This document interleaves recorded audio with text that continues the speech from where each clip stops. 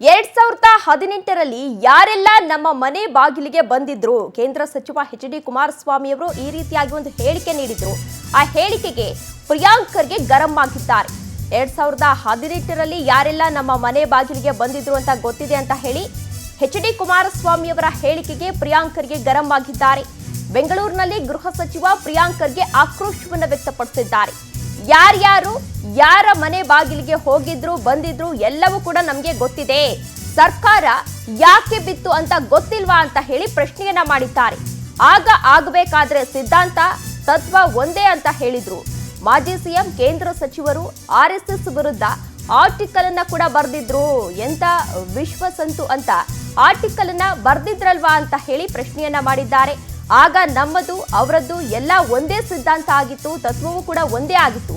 ಈಗ ಎಲ್ಲ ಬೇರೆ ಆಗಿದ್ಯಾ, ಬೇರೆ ಬೇರೆ ಆಗಿದ್ಯಾ ಅಂತ ಹೇಳಿ ಪ್ರಶ್ನೆಯನ್ನ ಮಾಡಿದ್ದಾರೆ. ಈಗ ಬೇರೆ ಏನು ಅರಿವಾಗಿದೆ, ಯಾರ ಮನೆ ಬಾಗಿಲೇ ಯಾರು ಬಂದಿದ್ರು ಅಂತ ನಮಗೂ ಕೂಡ ಗೊತ್ತಿದೆ ಅಂತ ಹೇಳಿ ಪ್ರಿಯಾಂಕ್ ಖರ್ಗೆ ತಿಳಿಸಿದ್ದಾರೆ. ಅಂತಹ ಸೂಕ್ಷ್ಮ ವಿಚಾರಗಳನ್ನ ಈಗಲಾ ಚರ್ಚೆ ಮಾಡೋದು ಅಂತ ಹೇಳಿ ಪ್ರಶ್ನೆಯನ್ನ ಮಾಡಿದ್ದಾರೆ. ಅವರದ್ದು ಆಟೋಬಯೋಗ್ರಫಿ ಬರೆದುಕೊಳ್ಬೇಕಾದ್ರೆ ಬರೆದುಕೊಳ್ಳಿ ಅಂತ ಹೇಳಿ ಬೆಂಗಳೂರಿನಲ್ಲಿ ಗೃಹ ಸಚಿವ ಪ್ರಿಯಾಂಕ್ ಖರ್ಗೆ ಆಕ್ರೋಶವನ್ನು ವ್ಯಕ್ತಪಡಿಸಿದ್ದಾರೆ.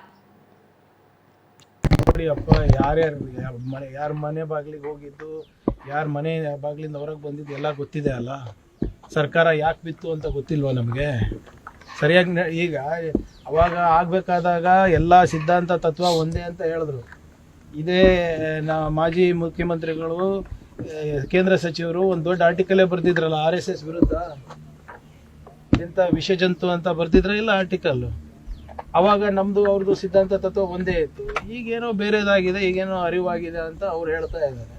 ಈಗ ಮೇಲೆ ಇದ್ದಾರೆ, ಯಾರ ಮನೆ ಬಾಗಿಲಿಗೆ ಬಂದಿದ್ರು, ಏನೇನಾಯ್ತು ನನಗೂ ಗೊತ್ತಿದೆ. ಆ ಸೂಕ್ಷ್ಮ ವಿಚಾರಗಳೆಲ್ಲ ಮೀಡಿಯಾನಲ್ಲಿ ಇವಾಗೆಲ್ಲ ಚರ್ಚೆ ಮಾಡಬೇಕಾಗಿದ್ದು.